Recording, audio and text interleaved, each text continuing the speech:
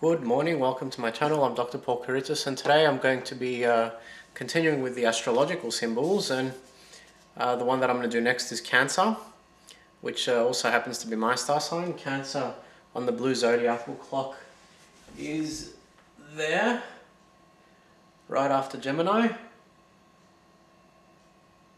Just a few things about Cancer before we start. Its date of rulership is the 22nd of June to the 23rd of July. Its polarity, of course, is negative, female. Its quality is cardinal. Its ruling planet is the moon. Its element is water. The body parts which it rules are the heart, lungs, and stomach. Its color is silvery gray. Its gemstone is the pearl, and its metal is silver.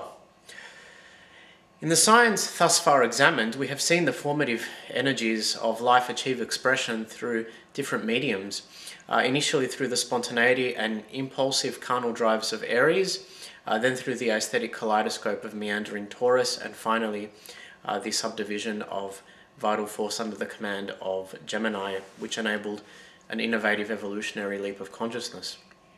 The latter's propensity to concurrently exist in material and ethereal worlds also made sentient an intermediary realm in which the physical and spiritual mingled.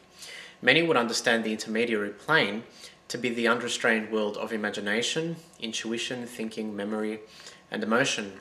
It binds spirit to the body, and the emancipating dialogue that ensues between the two as a result engenders far-reaching repercussions for both. It invariably shapes the bundle of psychological habits and impulses that each of us calls self. It is the god Proteus and the nymph Thetis, a primordial ocean of acute, shape-shifting awareness. Sometimes one might find themselves trapped in a kaleidoscopic labyrinth of geometrical contours or in shapeless clouds. At other times one might see a sequence of rhythms or sounds, hear colourful objects, and taste backward or previously unseen locomotion.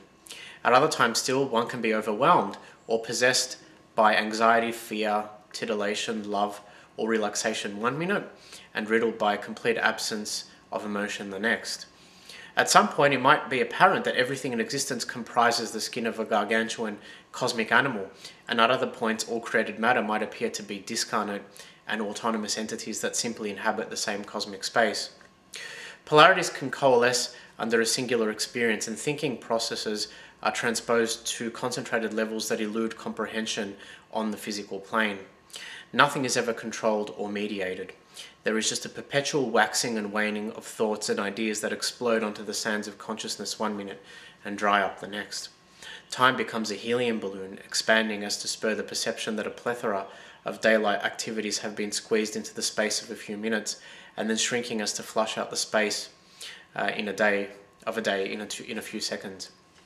In this realm, the personal can become impersonal very quickly, and barriers deemed impenetrable in the physical world are breached upon will. Gemini's severe allergies to the emotional foresight rendered it somewhat superficial, insensitive, and impotent to the depth of experience, an anomaly which is corrected with the inauguration of the Cancerian archetype. Because the formative energies of Cancer originate from this intermediary realm of being, which connects the physical to the spiritual, it acquaints humans with their individual souls, but also with the anima mundi, the cosmic soul of Mother Nature, which unites all creatures irrespective of size or complexity. A newborn inclination to look inward for nirvana underpins the fundamental Gnostic adage of this archetype, namely that the external environment, the mechanical world into which we are born, appears to be an exotic synthesis of indifferent and insensitive elements that cannot offer inner harmony or fulfillment to the spiritually orientated humanity. The only hope for the human condition, according to Cancer, is to turn on the emotional forceps of the psychic plane and let the cold and hot water form a sensitive current that incite a sense of meaning and purpose, and drive the impersonal spirit or life force through the tumultuous waters of life until it is again time to reunite with the paradisal state of perfection in maternal unconsciousness. Folks, love's all about feelings, says Cancer. Feelings and sandcastles. My friends, I like to build mine with all sorts of implements, usually down by the seashore. If I don't use sand and water, It's paint and pastels, and sometimes I even use pen and writing paper. I create them with my vivid imagination and decide who or what is going to be living inside. I decide upon life's and fates and lifespans and transcribe the romantic events that will unravel inside its high walls. Sadly, there comes a time when the incoming tide levels and sucks them back into the pit of the ocean's stomach. I understand the tides, the coming and going of primordial energies and the cycles of the cosmos like no other, which is why I build my houses strong. Strength equals domestic stability and tranquility, something everyone wants. I use the sturdiest things available: sticks, stones, metals, bits of detritus from the seabed, to insulate my soft and squishy parts from Mother Nature's wrath and man's acidic and unbecoming temperament. As a humanitarian, I'm always willing to share my space with an appropriate other, especially if that other is a poor, helpless soul in need of smothering or mothering. I'll be the first to admit that I'm tactile and love affection. I'll also admit that I do have too much of the moon and the sea in me. My moods can go from black to low to white to high and to crescent shape in the space of about a millisecond. I can be volatile that way, but I more than make up for it with my talent for storytelling, my attention to detail, and my emotional rapport.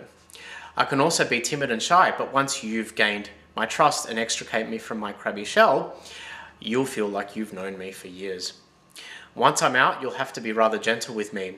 I'm not particularly fond of prying eyes or confrontation, verbal or otherwise, so I will often sidestep around these. If this is not possible or plausible, I'll just thrust my big old pincers out and threaten to dice the adversary up into little pieces. You should also know that I'm a fiercely faithful friend, and my concern for the welfare of others can often be mistaken for clinginess or codependence. My soul is dark, like rocks of obsidian, and deeper than the Mariana Trench in the Pacific Ocean. Just like these qualities strike night terrors in those individuals not quite attuned to their inner selves, so too does it nurture my own worst nightmare, the fear that I might be deserted to my own devices and have to face life alone.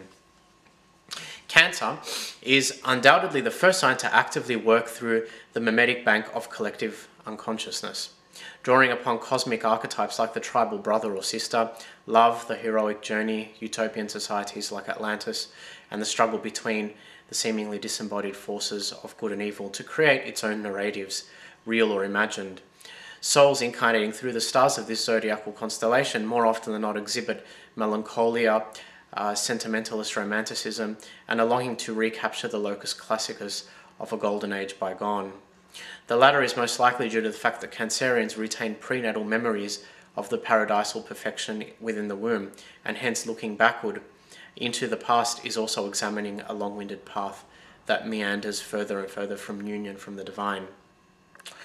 Their deep connection to the supernormal and creative powers of the greater subconscious mind and its intuitive faction, as well as a heartfelt obsession with the subtle and intimate details of our psychological makeup, makes them the true hub of the arts.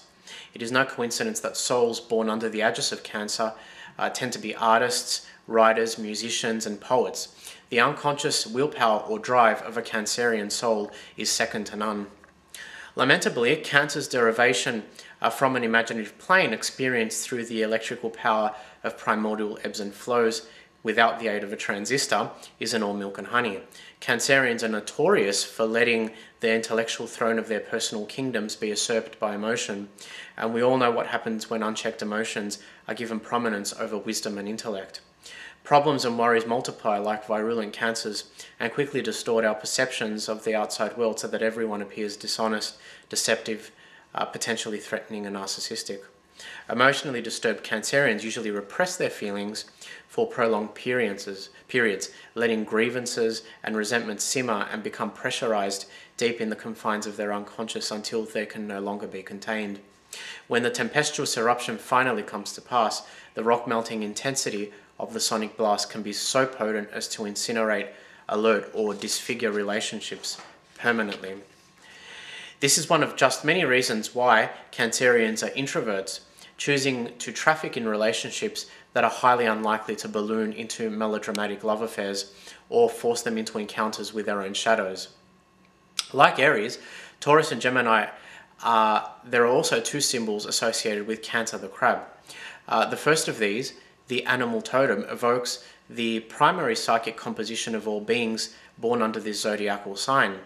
Deriving from and dwelling in the element of water, crabs are tranquil, expressive, and passive in their habits. The existence of a shell denotes a self-absorbed proclivity towards domestication, introversion, emotional vulnerability, and cultivation of the soul's imaginative realm. In embarking in a cross-cultural and historical examination, we find that the ubiquitous expression of this archetype has altered in time. For some of the prehistoric cultures, Cancer was represented as a crayfish. Moving into historical times, the ancient Egyptians imagined the constellation as an embodiment of the morning sun, Kephara, whose totemic animal was the scarab beetle. The modern image associated with this archetype was inherited from Babylonian or Chaldean astrology, the latter also influencing the iconography used by the Persian and Hellenistic peoples. The fixed stars associated with this constellation were deemed of utmost importance, given that they delineated the seed of an ethereal Great Mother Goddess from which all life in the cosmos had sprung forth. Two ancient calendars, the Egyptian and the Mayan, further illuminate Cancer's importance as an archetypal indicator of cosmic beginnings and endings. The ancient Egyptians ascribed prominence to it as the home in which Almighty Sirius, the mediating star of the Wheel of Heaven, rose heliacally to herald the new year. And the Mayans prophesied that an alignment of the planets within Cancer would spur an act of uncreation and spell the end of the universe. In Roman myth, the goddess Juno fashioned Cancer and placed it in the starry heavens to serve as a cosmic chronometer and reverse the forward-moving cycle of creation when she finally felt that the process of becoming would be of no further benefit to mortals and immortals alike. The second symbol, an astrological shorthand for the zodiacal sign, shows two identical figures whose arrangement discloses polar opposition.